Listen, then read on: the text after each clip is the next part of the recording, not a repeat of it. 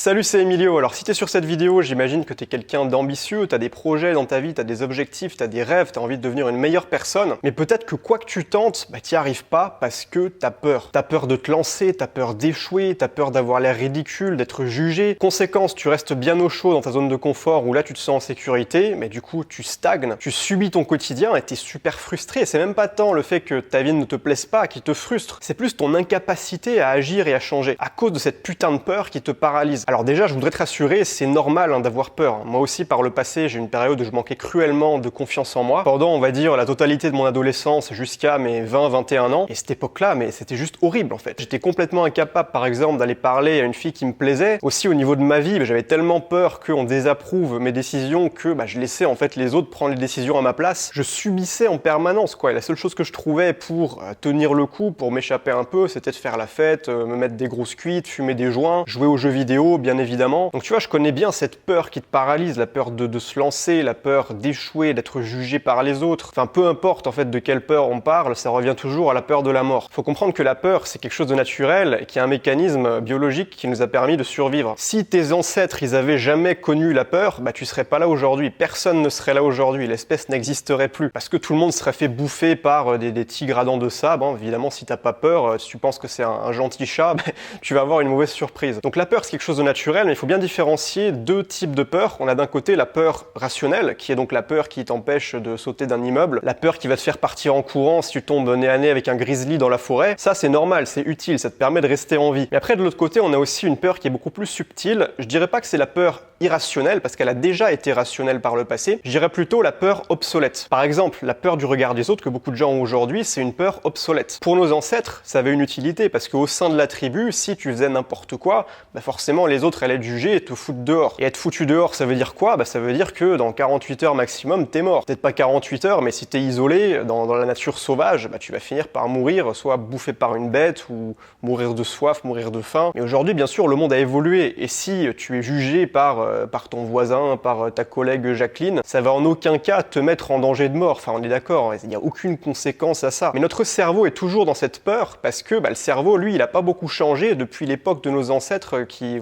vivaient dans des grottes, qui chassaient, enfin tu vois ce que je veux dire. Et c'est justement ces peurs obsolètes qui nous mettent des bâtons dans les roues aujourd'hui. Ces peurs-là, elles sont vraiment vicieuses, et le truc c'est que malheureusement, ça va peut-être te décevoir, mais malheureusement, il n'y a pas de petite astuce magique comme ça qui te permet d'effacer tes peurs et de passer à l'action, de te lancer dans tes projets, d'aller parler à des gens avec une super tchatch. Non, il n'y a pas d'astuce magique. Moi, j'ai été obligé évidemment de prendre des décisions qui me terrifiaient par le passé pour changer de vie. Donc déjà, la première, ça a été de quitter mon mode de vie de fêtard, parce que j'avais bâti toute mon identité là-dessus. Et évidemment, j'avais peur de regretter, j'avais peur que toutes mes addictions me manquent. Après, j'ai surmonté la peur de me montrer en ligne quand j'ai lancé ma chaîne YouTube. Ensuite, d'arrêter mes études et surtout de l'annoncer à mes parents. C'était très dur pour moi. Ensuite, quand j'ai vendu ma première formation, j'ai peur de me faire insulter. Et puis après, quand je suis parti tout seul à l'autre bout du monde avec juste 500 balles sur mon compte en banque, c'était terrifiant, bien sûr. J'ai eu peur d'échouer aussi dans mon business, que ça marche pas. Toutes ces peurs que j'ai dû surmonter, je m'en souviens encore très bien aujourd'hui. Je me rappelle encore de la sensation de mon cœur qui battait à 100 à l'heure, cette angoisse qui envahissait tout mon corps. Donc tu vois, il n'y a pas de raccourci facile, il n'y a pas de petit hack qui va t'aider à supprimer toute ta peur pour que tu puisses passer à l'action. La seule manière de se débarrasser de la peur, c'est de faire, c'est d'y aller quand même. Et souvent, quand tu y vas, c'est parce que tu as compris, alors pas juste de manière rationnelle, mais tu as compris avec tes tripes que c'était la seule solution. Parce que l'autre option, continuer à rester dans ta situation actuelle, elle est devenue tellement insupportable, tellement insoutenable pour toi,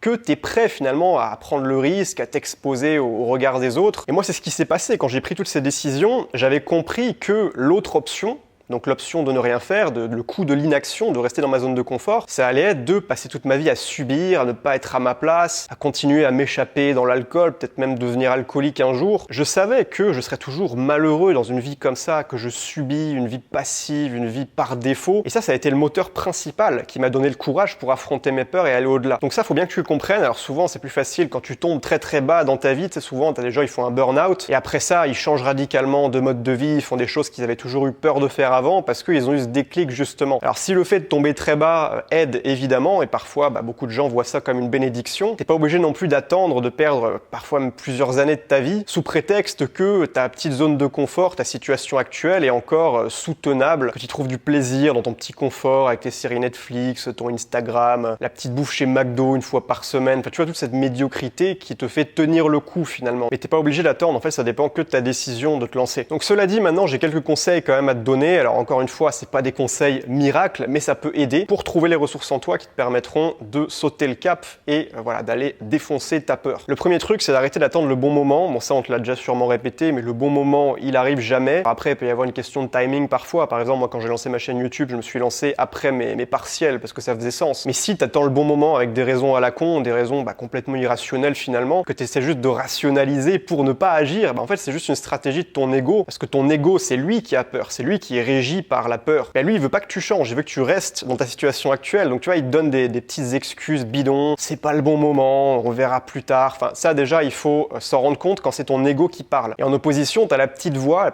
c'est la voix de tes tripes, c'est ce que tu sais qui est bon pour toi. Alors c'est plus facile à dire qu'à faire, mais tu pourras commencer déjà à observer tes pensées quand ça vient de ton ego et quand ça vient de la petite voix intérieure. Ensuite, deuxième chose, c'est un petit exercice à faire très rapide, c'est de t'imaginer, par exemple, tu veux te lancer dans un projet.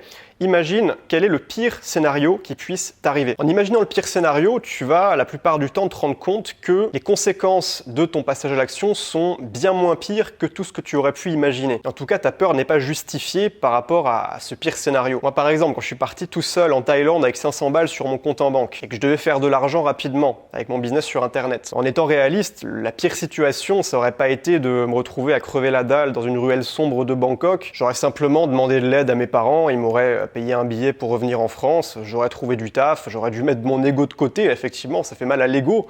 Mais ça, on s'en fout, tu vois, ça sert à rien. Et finalement, ça aurait même pas été l'échec de mon projet parce que j'aurais pu mettre un peu de thunes de côté, continuer de bosser sur ma chaîne YouTube en parallèle, puis peut-être repartir en voyage après avec l'argent que j'ai réussi à épargner. Donc tu vois, le pire scénario ne justifie pas la peur, mais en tout cas, la peur que j'avais, elle n'était pas justifiée par ce pire scénario. Donc ça aide à remettre les choses en contexte et à te rendre compte que, voilà, finalement, le pire truc qui puisse t'arriver, c'est pas si terrible que ça. C'est pareil pour les gens un peu timides qui osent pas aller parler à quelqu'un qui leur plaît. Là, c'est quoi le pire scénario? C'est juste que la personne n'est pas intéressée, n'a pas envie de te parler. Bon, après, il y a des gens qui peuvent se comporter comme des connards, mais je veux dire, si c'est le cas, tant pis pour elle, c'est qu'elle doit être frustrée quelque part dans sa vie pour réagir comme ça. Et dans tous les cas, après, next, tu vois, ça va pas avoir de conséquences après derrière sur ta vie. Après, troisième chose, ça c'est un truc dont il faut se rendre compte, c'est que l'échec est positif. L'échec a une utilité, l'échec ça te fait XP. Et c'est illusoire de se dire qu'on va tout le temps réussir du premier coup. Moi par exemple, quand j'ai lancé ma première formation payante en 2016, ça me faisait peur, mais je l'ai fait quand même. Et ça a foiré, ça a été un échec. J'ai reçu quelques commentaires de haters. Et puis surtout, j'ai dû faire,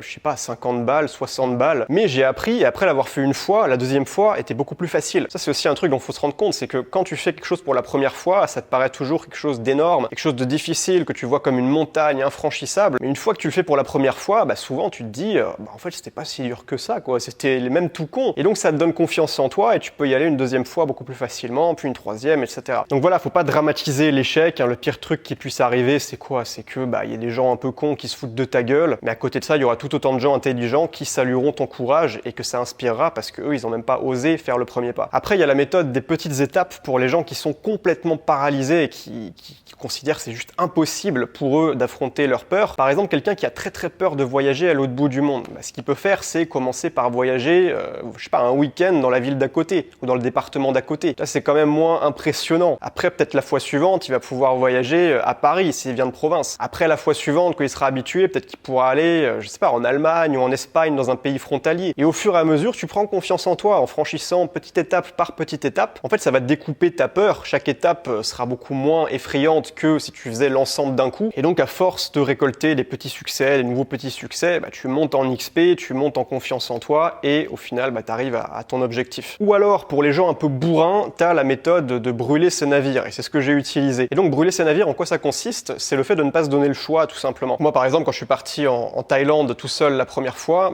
j'ai pris mon billet un mois à l'avance, comme ça j'avais plus le choix. J'avais claqué 300 balles dans le billet, j'allais partir quoi qu'il arrive, je le savais. J'allais pas accepter de foutre 300 balles à la poubelle. Et quand je suis arrivé en Thaïlande, j'étais en panique totale, j'étais complètement déboussolé, mais très rapidement, franchement, au bout d'une semaine, 2 semaines, je m'étais déjà bien habitué, je commençais à me sentir à l'aise, je découvrais le pays, je profitais, et j'étais beaucoup moins dans la peur dans laquelle je pouvais être au départ, parce que cette méthode violente, bourrin, en mode brûler ses navires, ça a le mérite d'être rapide, brutal, efficace. Alors par contre, cependant, il faut se méfier avec le fait de brûler ses navires. Dans certains cas, ça peut te mettre dans des positions dangereuses. Par exemple, ce serait stupide de quitter son job, qui est sa source de revenus principale, pour monter une start-up avec un pote qu'on n'a même pas encore commencé, on sait même pas s'il y a de la demande, alors que t'as pas d'argent de côté, voire t'es carrément endetté, ou alors t'as une famille à charge dont t'es responsable. Il faut aussi être un minimum responsable et évaluer les risques. Moi, dans mon cas, c'était pas si risqué que ça. C'est pareil quand j'ai quitté mes études. Si j'avais tout foiré après derrière, j'aurais toujours pu reprendre dans une filière qui me plaisait plus. J'aurais trouvé quelque chose, c'était pas dramatique. Et enfin, un dernier conseil pour affronter tes peurs, je te mets une image là à l'écran, et tu vois là, je te mets une petite flèche rouge, et cette petite flèche rouge, elle pointe sur toi. Et encore, faudrait zoomer en fois 1000, 10 000, 1 million, je sais pas combien, pour qu'on puisse apercevoir ne serait-ce que notre planète. L'image de l'univers, c'est la meilleure manière de relativiser et de se dire que toutes mes préoccupations,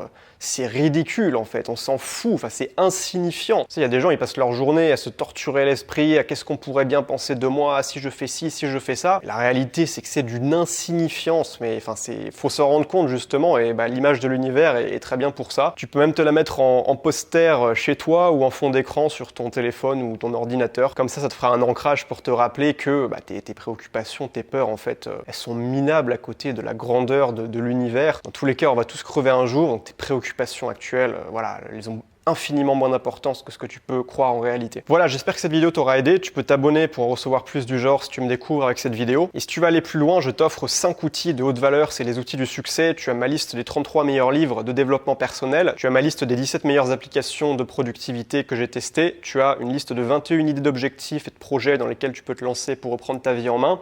Tu as mon template d'agenda que j'utilise pour organiser mes semaines et que tu peux recopier chez toi pour être beaucoup plus efficace à l'échelle de la semaine. Et tu as un extrait gratuit de ma formation Habitudes explosives qui va t'aider à créer des habitudes solides et durables sur le long terme. Pour télécharger tout ça gratuitement, lien dans la description. Voilà, donc sur ce, excellente journée à toi, je te dis à très vite pour une prochaine vidéo. C'était Emilio, ciao ciao.